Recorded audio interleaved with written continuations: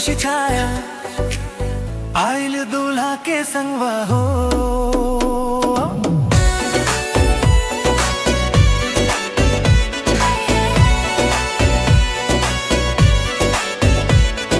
घरवा में चहल पहल मच गई, नाचत गावत ननदिया हो।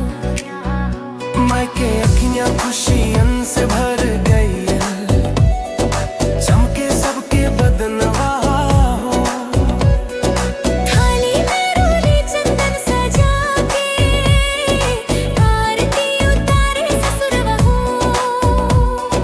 सोना के सिकड़ी फूलन के माला, तिलक चढ़े बड़े प्यारवा हो।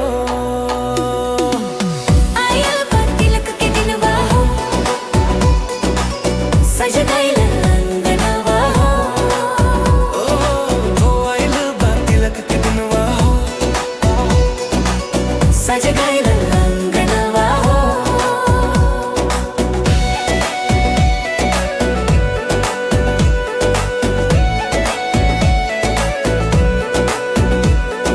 ढोलक के ताल पे गावे सहेलियां, गूंजे सारा अंगवा हो।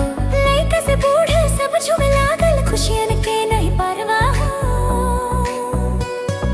भैया के सान बढ़ावे खातिर तिलक के थाड़ी सजावल हो।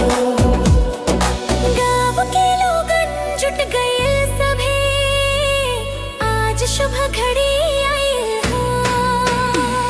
अरे आज के दिनवा बड़ा पावन बा, भगवान के कृपा बरसत बा।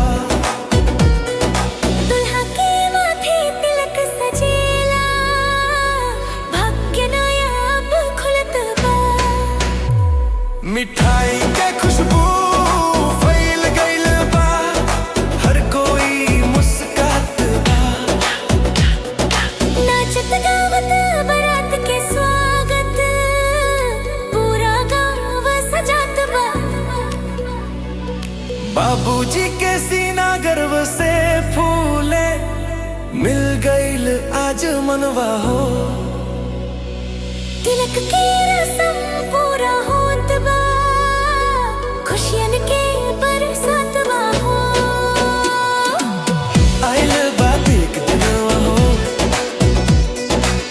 सज गइल अंगनवा हो। बजता बाजा हंसी खुशी छाया, आइल दूल्हा के संगवा हो।